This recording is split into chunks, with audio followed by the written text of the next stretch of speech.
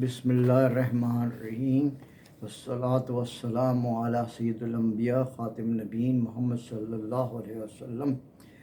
پاکستان منزل و منزل فیاض مبین کے ساتھ یہ سلسلہ جاری ہے۔ آج جو آپ کے سامنے ایپیسوڈ پیش کیا جا رہا ہے وہ 149واں ایپیسوڈ ہے اور یہ ان واقعات پر مشتمل ہے جو جولائی 1959 میں پاکستان میں وقوع پذیر ہوئے تھے۔ میری گزارش ہے سامعین سے اور ناظرین سے کہ آپ اسے خود واچ کریں، خود اس کو سبسکرائب کریں، ڈسکرائب کریں اور لوگوں کو ڈسٹریبیوٹ کریں تاکہ پاکستان کی سلامتی اور بہبود کا پیغام گلی گلی گھر گھر کوچے کوچے تک پہنچ جائے۔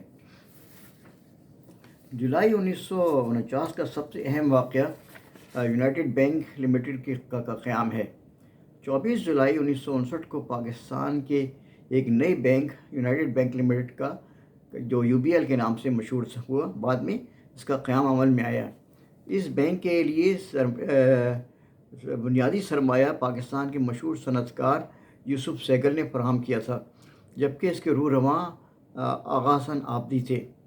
7 نومبر 1959 کو پاکستان کے وزیر خزانہ محمد شعیب نے کراچی میں اس بینک کی پہلی برانچ کا افتتاح کیا۔ یونائٹڈ بینک لمیٹڈ نے دیکھتے ہی دیکھتے بڑی ترقی کی اور پاکستان کے صف اول کے بینکوں میں شمار ہونے لگا۔ انتہائی بدنصیبی اور افسوس کی بات یہ ہے کہ اس بہترین کامیاب بینک کو پاکستان کے دوسرے بینکوں اور اداروں کی طرح مسٹر بھٹو نے بغیر کسی سمجھے اور بغیر کسی منصوبہ بندی اور پلاننگ کے اس کو 1 جنوری 1974 کو قومی تحویل میں لے لیا، اور باقی دوسرے سینکڑوں اداروں کے ساتھ بھی اس حکومت کو اس بینک کو مکمل طور پر بے صبری اور بے منصوبہ بے قرار حکومت نے تباہ اور برباد کر دیا۔ شکریہ نیاز علی کو کمرشل پائلٹ کا لائسنس ملا۔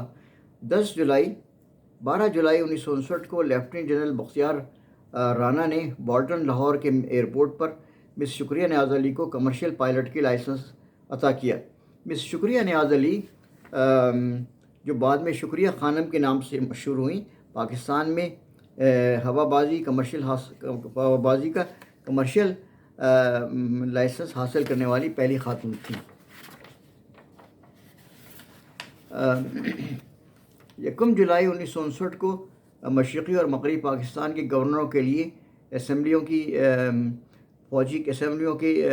فوجی مشاورتی کونسل قائم کرنے کا فیصلہ ہوا، اس کا مقصد یہ تھا کہ چونکہ گورنر کے لیے کوئی اسمبلیوں کی سپورٹ تھی نہیں، مغربی پاکستان اسمبلی اور مشرقی پاکستان اسمبلی جو ہے وہ فوجی حکومت نے ڈسمس کر دی تھی اور سینٹرل اسمبلی بھی ڈسمس کر دی تھی۔ اس لیے انہوں نے فوجی حکومت نے ایک فوجی مشاورتی کونسل بنائی جو مشرقی اور مغربی پاکستان کی گورنر کو سپورٹ کرے گی اور ان کو ایڈوائز کرے گی۔ یہ حال ہوا ہے اس ملک کا، پاکستان کا، اسلامی جمہوریہ پاکستان کا فوجی حکومت نے اس کا پانچہ نے کر کے رکھ دیا اس کا۔ 1 جولائی 1959 کو ہی جناب شیر افضل نے کراچی کے ایڈمنسٹریٹر کا عہدہ سنبھالا۔ 2 جولائی 1959 کو آسٹریلیا کے وزیر اعظم RG میسنز مختصر دورے پر پاکستان پہنچ گئے۔ پاکستان اور آسٹریلیا کے بہت قریبی تعلقات تھے اور سویلین حکومت نے جو کہ چودھری محمد علی کی تھی اور فیروز خان نون کی تھیں اور اسماعیل چودھری کی تھیں، انہوں نے بڑی کوشش سے پاکستان اور آسٹریلیا کے تعلقات کو بہت بہتر کیا تھا اور پاکستان کو بہت مدد کی آسٹریلیا نے انیشیل اسٹیجز میں، اور بڑی ہی محبت اور شفقت کے ساتھ آسٹریلینز گورنمنٹ نے پاکستان کی مدد کی ہے۔ 2 جولائی 1959 کو فدا حسین نے وزارت دفاع کے سیکرٹری کا عہدہ سنبھالا۔ 5 جولائی 1959 کو حکومت پاکستان نے کلری جھیل کو سیرگاہ میں تبدیل کرنے کا 5 سالہ منصوبہ تیار کر لیا۔ 8 جولائی 1959 کو وزیر خوراک و زراعت حافظ الرحمان نے خوراک و زراعت کی کمیشن کے قیام کا اعلان کیا۔ 18 جولائی 1959 کو ظہیر الدین احمد نے سرکاری سرمایہ کاری کے فروغ کے ادارے کے ڈائریکٹر جنرل کا عہدہ سنبھال لیا۔ 21 جولائی 1959 کو فوجی حکومت نے وفاقی دارالحکومت کو کراچی سے منتقل کرنے کے لیے مرکزی حکومت کے لیے دفاتر کے لیے راولپنڈی میں 150 عمارتیں حاصل کر لیں جو بڑی مخدوش حالت میں تھیں اور سرکاری افسران کو بڑی ہی بے انتہا مشکلات کا سامنا کرنا پڑا، مگر افسوس کی بات یہ ہے کہ فوجی حکومت ایوب خان کی فوجی حکومت اس قدر جلد بازی میں تھی کہ انہیں کسی قسم کا کوئی منصوبہ بندی اور کسی قسم کی پلاننگ کرنے کی ضرورت محسوس نہیں ہوئی، اور فٹافٹ کسی طریقے سے کہ پہلے ایک دن کے اندر چاہتے تھے وہ کہ وفاقی دارالحکومت کراچی سے اسلام آباد یا راولپنڈی منتقل ہو جائے۔ 21 جولائی 1959 کو راولپنڈی کے قریب راول دریا پر پل باندھنے کا کام شروع کیا ایمرجنسی میں، اور انتہائی ابتری کے ساتھ اور نہایت بغیر کسی منصوبہ بندی کے یہ کام شروع ہوا، جس میں بہت ساری فائنینس پرابلم ہوئے بعد میں۔ 22 جولائی 1959 کو فوجی حکومت نے صرف کراچی سے دارالحکومت منتقل کرنے کے لیے امپوز کی گئی مارشل لا قائم کیا گیا تھا، مارشل لا بنایا گیا تھا۔ اس مقصد اس پر بہت تیزی سے سرکاری سرگرمی سے کام شروع ہو گیا تاکہ جلد از جلد کراچی سے جان چھوٹے اور کہیں اور اپنے فوجی حکومت راولپنڈی کے پاس فوجی ہیڈ کوارٹر کے پاس پاکستان کا دارالحکومت بن جائے، جس کے کوئی نہ جمہوری اس کی رضامندی حاصل کی گئی، نہ کسی اسمبلی سے رضامندی حاصل کی گئی، نہ صوبائی اسمبلی سے، نہ قومی اسمبلی سے، نہ سیاسی جماعتوں سے، اور مشرقی پاکستان کی 3 جماعتیں تھیں، جس میں عوامی لیگ، کرشک سلامت پارٹی، نظام اسلام پارٹی اور نظام اسلام پارٹی شامل تھی۔ انہوں نے سب نے مخالفت کی کہ یہ بڑا ایک سوسائڈل کام ہوگا، اس سے مشرقی پاکستان اور مغربی پاکستان میں جو پہلے سے بہت خلیج قائم ہے اور خلیج بڑھ جائے گی۔ فوجی حکومت نے اعلان کیا کہ جب تک وفاقی دارالحکومت مکمل ہوگا، اس کے لیے 1959 کے آخر تک وفاقی دارالحکومت کو راولپنڈی منتقل کیا جائے گا۔ اس قدر بے چینی اور بے قراری تھی فوجی حکومت کو، جنرل ایوب خان کو۔ انہوں نے نئی دارالحکومت بننے کا انتظار بھی نہیں کیا، بلکہ جلد از جلد وہ چاہتے تھے کہ اسی طرح وہ جو ہے مارشل لا حکومت کراچی سے دارالحکومت راولپنڈی منتقل کر دیا جائے، اور جس کا ذرا برابر امکان نہ ہوتا اگر پاکستان میں جمہوری حکومت ہوتی۔ جمہوری حکومت کو ختم کرنے کا مقصد یہی تھا کہ کسی طریقے سے وفاقی دارالحکومت کراچی سے اسلام آباد یا کسی اور شہر میں منتقل کیا جائے۔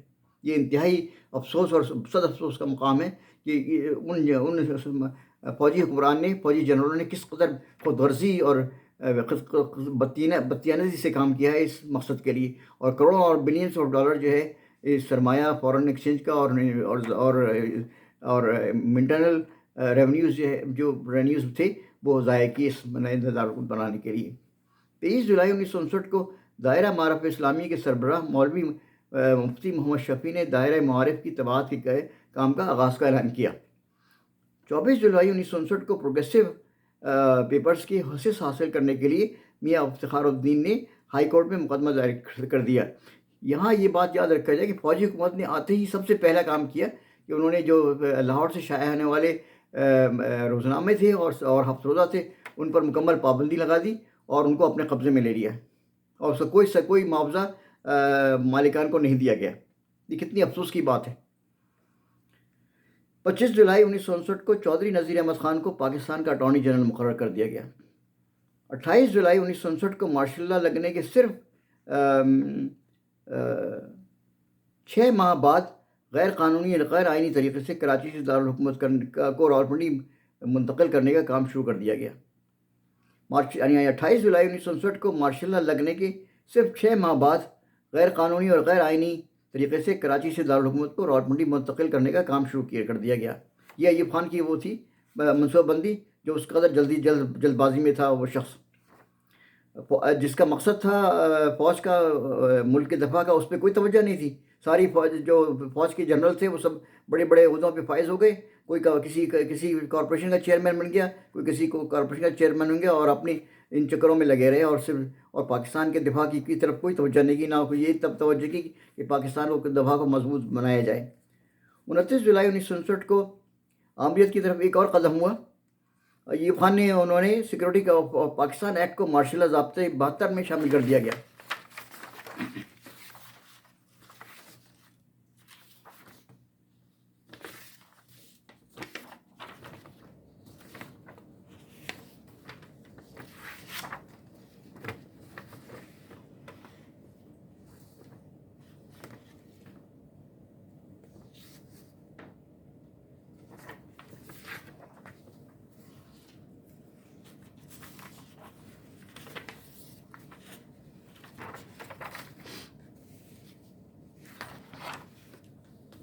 یہ واقعات جو میں نے آپ کے سامنے پیش کیے، یہ جولائی 1959 کے واقعات تھے، اور یہ میری گزارش ہے کہ ان واقعات کی ترویج کے لیے اور پاکستان کی اصلی اور حقیقی تاریخ کو لوگوں کو بتانے کے لیے یہ صاحب قلم اور صاحب اختیار اور صاحب نظر و بصر اس کو لوگوں تک پہنچائیں، اور لوگوں کو بتائیں کہ یہ حال یہ تاریخ ہے پاکستان کی، اور جو فوجی حکومت بتاتی رہی ہے وہ حقیقت وہ تاریخ نہیں ہے، بلکہ وہ تاریخ دوسری ہے۔